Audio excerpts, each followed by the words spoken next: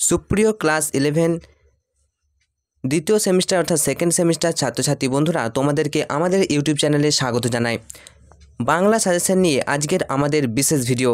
Second semester Bangla suggestion 100% common কোন কোন প্রশ্নগুলো তোমাদেরকে পড়ে যেতে হবে, আর কিছুদিনের মধ্যেই রয়েছে তোমাদের পরীক্ষা। তো চলো আজকের এই ভিডিওতে আমরা আলোচনা করতে চলেছি। দেখো, তোমাদের মোট 40 নম্বরের লিখিত পরীক্ষা হবে, যেখানে বিভিন্ন অধ্যায় থেকে নির্দিষ্ট নম্বর কিন্তু তোমাদের ভাগ করা হয়েছে। দেখো, গল্প থেকে তোমাদের 5 নম্বর থাকবে, কবিতা থেকে থাকবে 5 নম্বর, নাটক থেকে 5 নম্বর এবং পঞ্চতন্ত্র যে প্রবন্ধ গ্রন্থটি রয়েছে সেখান থেকে 10 নম্বর থাকবে।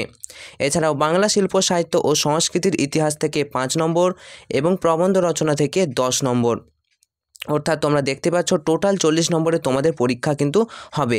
বাংলা সিলেবাস অত্যন্ত বড়, এর মধ্যেই বাংলা সিলেবাসের বাংলা যেহেতু সাজেশন লাইন ধরে আসে, যে কোনো জায়গা থেকে লাইন দিয়ে দিতে পারে সেটা বলা সম্ভব নয়, তবুও এই আমরা যে প্রশ্নগুলো বাছাই করেছি সেখান থেকে 100% কমন আসবে, অনেক তোমরা পরীক্ষায় পাবে।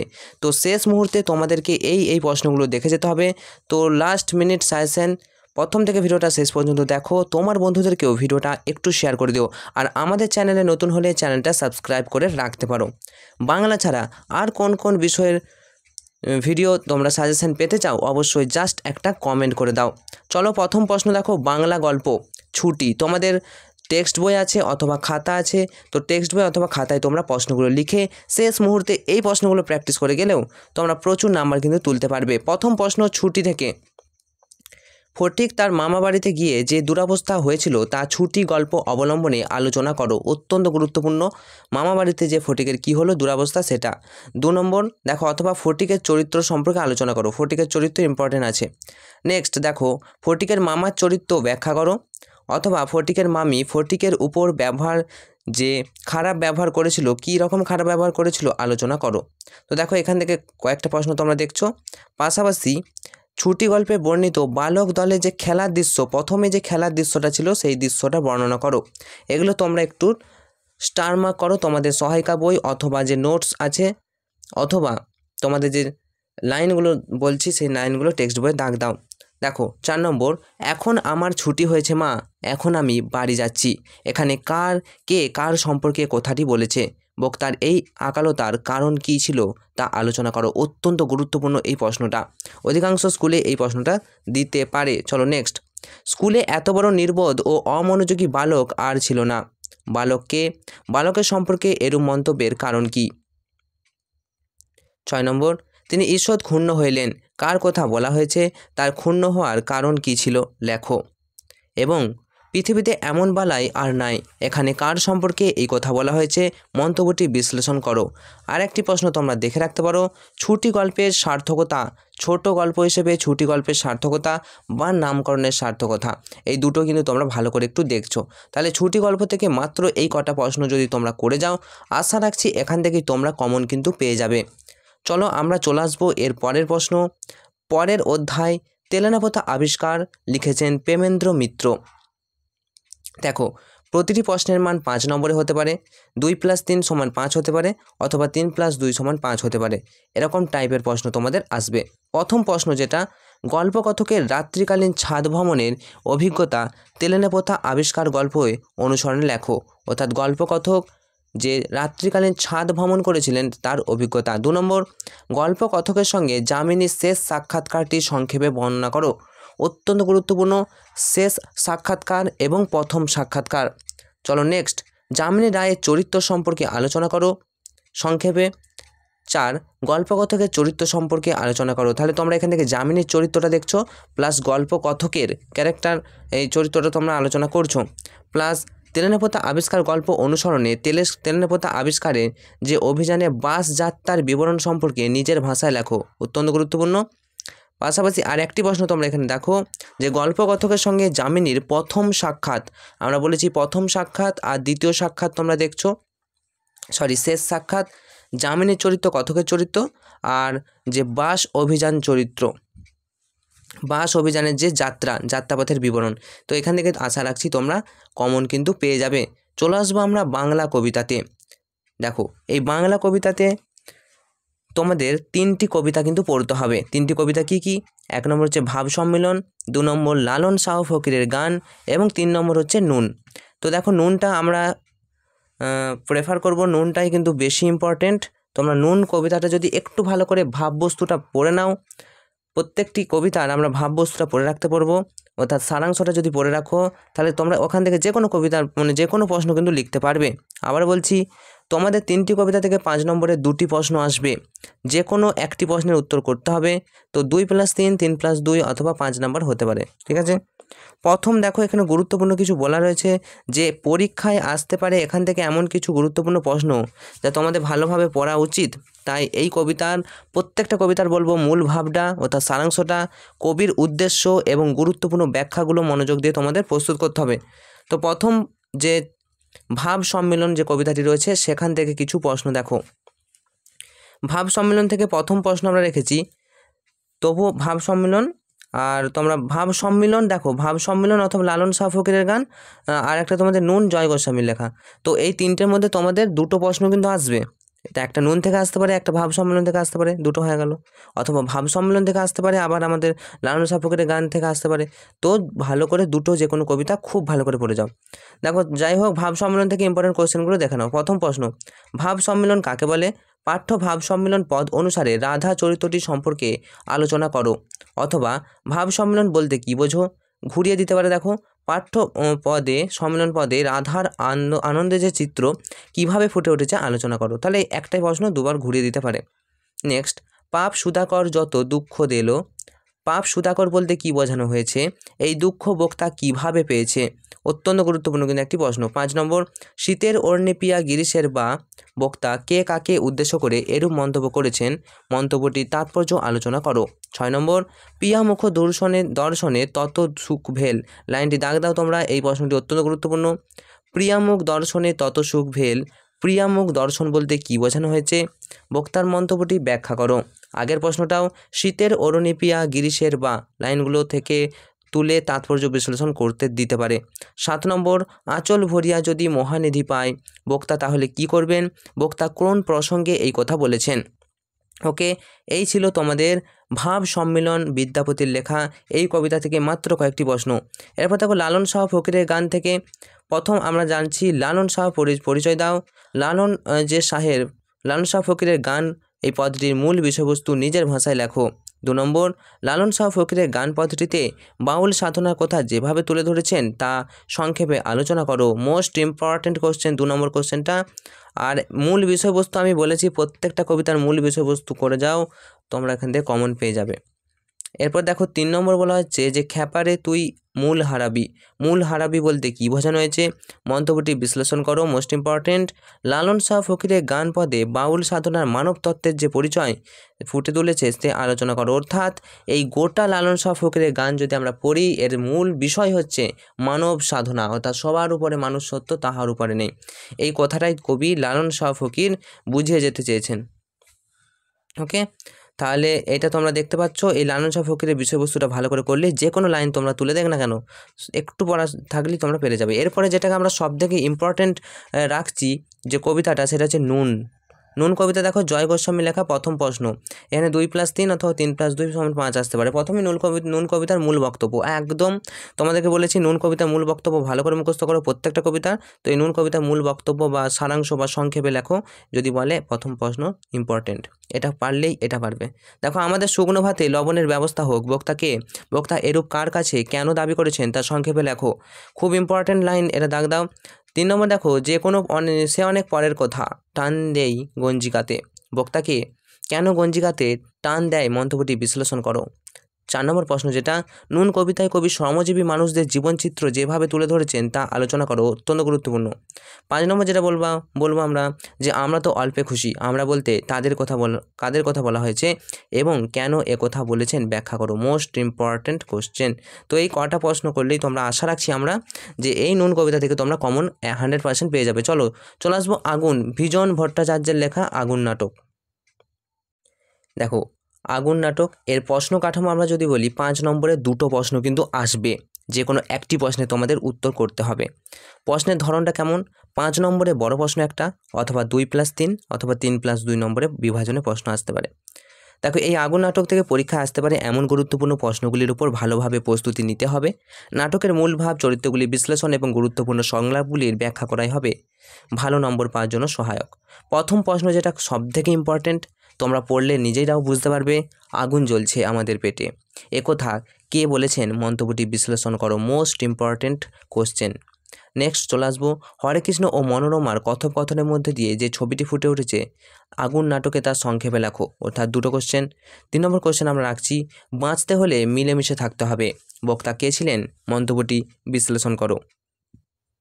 আরেকটি প্রশ্ন দেখো, আগুন নাটকে সিভিক গার্ড ও দোকানদারের ভূমিকা কতখানি সংক্ষেপে আলোচনা করো। বলে রাখি, আগুন যে নাটক, এই নাটকটা অনেকটাই বড় আছে, তো এর দৃশ্যগুলো, কতগুলো দৃশ্য আছে, এই দৃশ্যগুলোর যে ঘটনাগুলো, এগুলো একটু মনে রাখতে হবে। আচ্ছা, পরের প্রশ্ন দেখো, ওসব আইনের কথা বলবেন আদালতে গিয়ে, বক্তাকে কাকে এ কথা বলেছেন এবং কেন এ কথা বলেছেন। মোস্ট ইম্পর্ট্যান্ট এই কোশ্চেনটি। লুঙ্গি, টিকি, পইতে, টুপি সব একাকার হয়ে গেছে, বক্তাকে কোন পরিস্থিতিতে বক্তা এই মন্তব্য করেছেন লেখো। একটি গুরুত্বপূর্ণ প্রশ্ন দেখো, ওদিকে আবার সব গোলমাল হয়ে যাবে নে, একথা কে কোন সময় বলেছেন, তিনি গোলমাল যাতে না হয় তার জন্য কি করতে বলেছেন। নেক্সট, মহা মুশকিলেই পড়া গেল দেখছি, কে একথা বলেছেন এবং কোন মহা মুশকিলের কথা উল্লেখ করা হয়েছে। আরেকটি প্রশ্ন দেখো, যে রক্ষক সেই হলো ভক্ষক, স্টার মার্ক করো এই প্রশ্নটা, যিনি রক্ষক তিনি ভক্ষক। তো এর মন্তব্যের বক্তার এই মন্তব্যের পরিপ্রেক্ষিতে এর প্রেক্ষাপট নিজের ভাষায় লেখো। অত্যন্ত গুরুত্বপূর্ণ এই স্টার মার্ক কোশ্চেন, প্রত্যেকটি প্রশ্ন কিন্তু অত্যন্ত গুরুত্বপূর্ণ। তো আশা করি তোমরা স্টার মার্ক দিয়েছো। চলো আমরা চলে আসবো নেক্সট, পঞ্চতন্ত্র, সৈয়দ মুজতবা আলীর লেখা পঞ্চতন্ত্র। দেখো এই পঞ্চতন্ত্র লেখার মোট তোমাদের 4টে প্রবন্ধ কিন্তু আছে পঞ্চতন্ত্র থেকে। প্রশ্ন কাঠামো দেখো, 5 নম্বরে 4টে প্রশ্ন কিন্তু আসবে এই পঞ্চতন্ত্র থেকে। ওকে, যে কোনো দুটো তোমাদের প্রশ্ন করতে হবে, অর্থাৎ 10 নম্বর। 2+3 অথবা 3+2 নম্বর বিভাজনে আসবে। এখানে কি বলে রাখছি, দেখো পঞ্চতন্ত্র থেকে পরীক্ষা আসতে পারে এমন গুরুত্বপূর্ণ প্রশ্নগুলোর উপর ভালোভাবে প্রস্তুতি নিতে হবে। প্রতিটি প্রবন্ধের মূল ভাব, লেখকের দৃষ্টিভঙ্গি, গুরুত্বপূর্ণ ব্যাখ্যাগুলি মনোযোগ সহকারে পড়তে হবে। প্রথমে আমরা পঞ্চতন্ত্রের প্রথম প্রবন্ধ যেটা বলি, বই কেনা। দেখো বই কেনা থেকে গুরুত্বপূর্ণ প্রশ্নগুলি একবার দাগ নিয়ে নাও। প্রথমে কাগজে বিজ্ঞাপন বেরোলো, এখানে কোন বিজ্ঞাপন বের হয়েছিল, তারপর কি ঘটনা ঘটেছিল। মোস্ট ইম্পর্ট্যান্ট প্রশ্ন। 2 নম্বর দেখো, গল্পটা সকলেই জানেন, বক্তাকে এখানে কোন গল্পের কথা বলা হয়েছে সংক্ষেপে লেখো। 3 নম্বর, আমার জনৈক বন্ধু একটি গল্প বললেন, কে কাকে গল্প বলেছেন, সেই গল্পটি কি ছিল লেখো। 4 নম্বর প্রশ্ন দেখো, এদের একটা শিক্ষা দিতে হবে, বক্তা কে কী শিক্ষা দিয়েছিলেন এবং এই সিদ্ধান্ত কেন নিয়েছিলেন। আরেকটি প্রশ্ন তোমরা যেটা রাখতে পারো, মার্ক টুয়েনের লাইব্রেরির বিশেষত্ব কী ছিল, আন্দ্রে জিদে তার লেখক বন্ধুদের কিভাবে শিক্ষা দিয়েছিলেন। মোস্ট ইম্পর্ট্যান্ট কোশ্চেন এটা। তো মাত্র এই কটি কোশ্চেন বই দেখা প্রবন্ধ থেকে তোমরা করে যাচ্ছ। এরপরে দেখো, আশা করছি এই 4টে যে তোমাদের প্রবন্ধ রয়েছে, 5টি কটি প্রবন্ধ রয়েছে তোমাদের, মোট টোটাল 4টি প্রবন্ধ। হ্যাঁ, 4টে প্রবন্ধ থেকে মাত্র কয়েকটি প্রশ্ন করে গেলে তোমরা এখান থেকে 100% কমন কিন্তু পেয়ে যাবে। 4টেই তোমাদের প্রবন্ধ আসবে, মানে 4টে প্রশ্ন আসবে কিন্তু। আচ্ছা, বই কেনাটা হলো। এরপর দেখো, আজব শহর কলকাতা থেকে কয়েকটি প্রশ্ন। প্রথম প্রশ্ন, আমার মনে বড় আনন্দ হইল, কার মনে, কি দেখে এবং প্রাবন্ধিকের কেন আনন্দ হয়েছিল।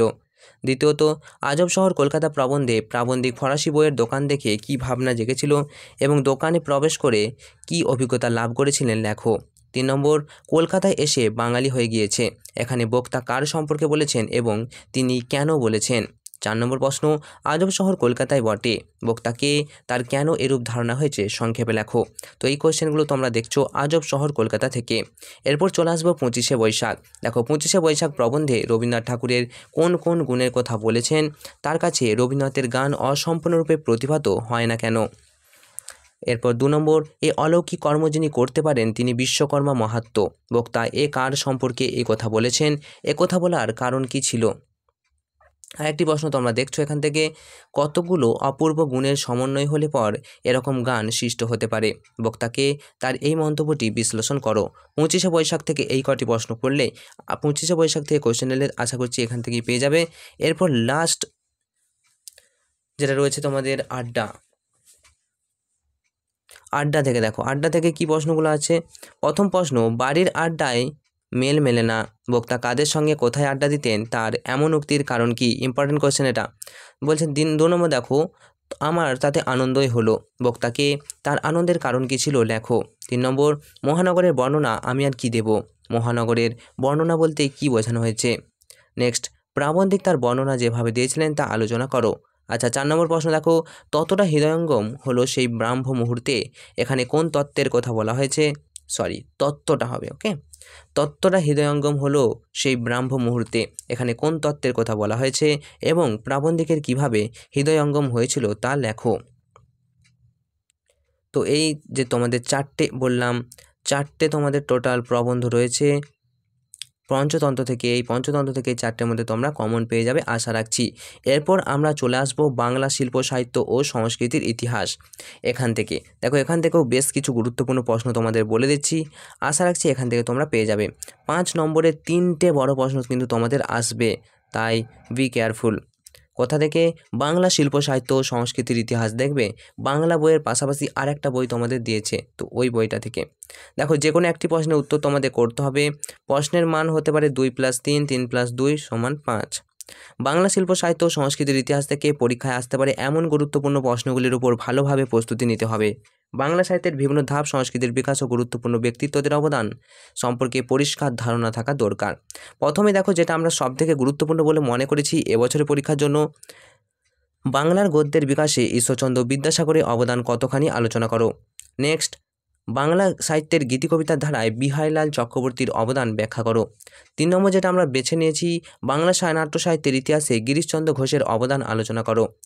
4, বাংলা উপন্যাসে শরৎচন্দ্র চট্টোপাধ্যায়ের অবদান, পাশাপাশি বাংলা কাব্যে রবীন্দ্রনাথ ঠাকুরের অবদান অত্যন্ত গুরুত্বপূর্ণ, অথবা বাংলা কাব্যের জগতে কবিগুরু রবীন্দ্রনাথ ঠাকুরের যে অবদান বা কৃতিত্ব, এটা কিন্তু দেখছো। পাশাপাশি দেখো, বাংলা নাট্য সাহিত্যের ইতিহাসে দ্বিজেন্দ্রলাল রায়ের অবদান অত্যন্ত গুরুত্বপূর্ণ, অথবা বাংলা নাট্য সাহিত্যের ইতিহাসে দ্বিজেন্দ্রলাল রায় যে ভূমিকা বা অবদান, এটা কিন্তু তোমরা দেখছো। মোট এই কটি কোশ্চেন করলে আশা রাখছি তোমরা পেয়ে যাবে। তবে তোমাদের সিলেবাস কিন্তু অত্যন্ত বড়, এগুলো আগে করবে, বাকি যদি সময় থাকে অবশ্যই বই পড়বে। এরপর দেখো প্রবন্ধ রচনা 10 নম্বরের।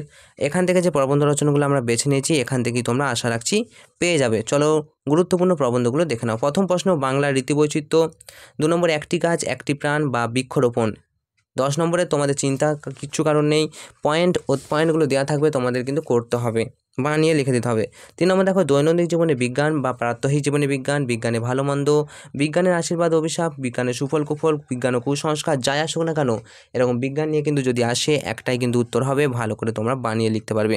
4 নম্বর দেখো, তোমার জীবনের লক্ষ্য, ইওর এম, অত্যন্ত গুরুত্বপূর্ণ। স্টার মার্ক কোশ্চেন যদি করো, তাহলে দূষণ প্রতিরোধে ছাত্র সমাজের ভূমিকা, পরিবেশ দূষণ বা তার প্রতিকার, পরিবেশ সুরক্ষায় ছাত্রছাত্রীদের ভূমিকা মোস্ট ইম্পর্টেন্ট। পাশাপাশি তোমরা দেখতে পারো বিশ্ব উষ্ণায়ন, বাংলার উৎসব, খেলাধুলা ও ছাত্র সমাজ চরিত্র গঠনে খেলাধুলার ভূমিকা, এটাও কিন্তু অত্যন্ত গুরুত্বপূর্ণ। পাশাপাশি বাংলার উৎসবটাও অত্যন্ত গুরুত্বপূর্ণ। 9 নম্বর যেটি, একটি গাছের আত্মকথা, বলতে পারে একটি বট গাছের আত্মকথা, একটি পুকুরের আত্মকথা, এরকম দিতে পারে।